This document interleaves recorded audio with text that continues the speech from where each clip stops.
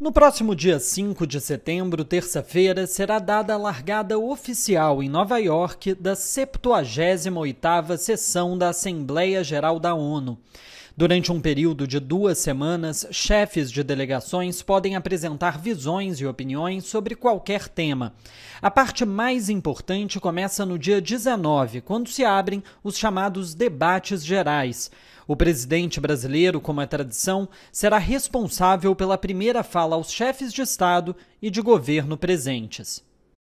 A Assembleia Geral da ONU é um dos grandes momentos, né, das relações internacionais, é um dos grandes momentos da geopolítica, ocorre todo ano, né, então é algo que é periódico, é perene, acontece sempre, né, tem essa regularidade, é um momento de encontro entre os grandes líderes internacionais, é um momento onde os principais chefes de Estado e chefes de governo se encontram, se falam, estão ali presentes, estão colocando as pautas dos seus estados, dos seus países, né, então cada país ali coloca o que é caro, o que é importante no atual momento para si, né, para o seu povo e para sua, normalmente inclusive para a sua região. Há 20 anos atrás, quando Lula falava pela primeira vez à Assembleia Geral da ONU, o mundo era outro. Os Estados Unidos desfrutavam do posto de superpotência mundial inquestionável. Anos antes, os atentados de 11 de setembro de 2001 chocavam o mundo, e em 2003, os aliados ocidentais invadiam o Iraque.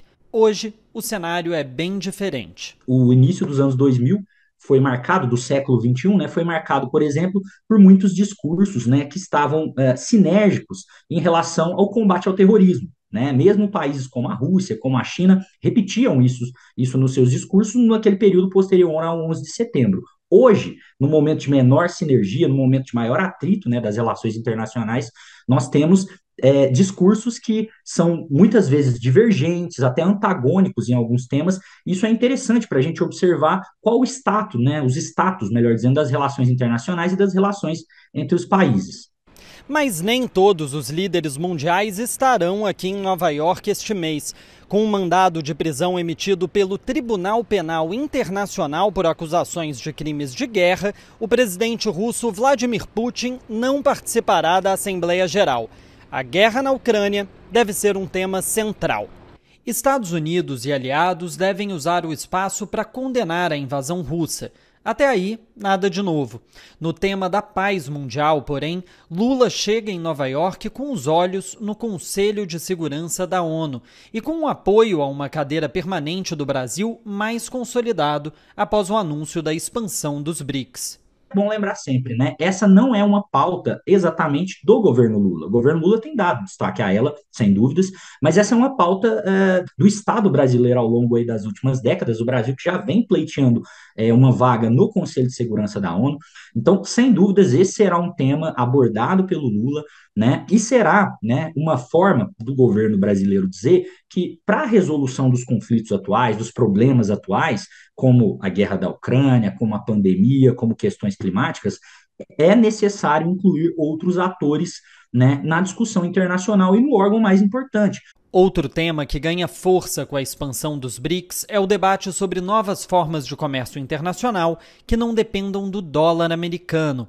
O assunto não agrada os Estados Unidos. Na prática, o Brasil, a China, a Rússia, quando abordam essa pauta, na verdade estão abordando uma pauta que é cara, inclusive na Carta da ONU, né, que é a possibilidade da liberdade de comércio, né, o chamado livre comércio.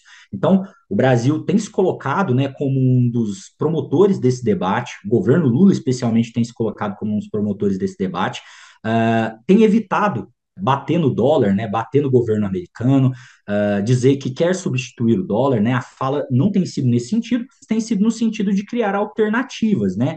É esperado que o Brasil também se coloque na dianteira do debate sobre o meio ambiente.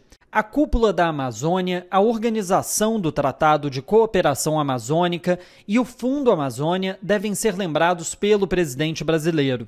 Uma pauta que ficou esquecida durante os últimos 4 anos de governo Bolsonaro, mas que não deve ser vista como a única diferença entre os dois presidentes pela comunidade internacional. Eu acho que nós vamos caminhar para um momento onde o Brasil passa a ocupar novamente, né, o papel que tinha de destaque em alguns temas que foram deixados de lado, né? A questão ambiental, principalmente, né? Quando a gente vai falar de como o Brasil olha, ou melhor, como o mundo olha o Brasil. O debate ambiental é sempre muito lembrado, mas outras questões também. Eu queria citar aqui, que eu não falei, a questão relacionada à fome, né? O Lula, sem dúvida, vai colocar esse destaque na fala dele, vai colocar o governo dele e o Brasil como um exemplo de combate à fome. Acho que essa é outra grande diferença, né?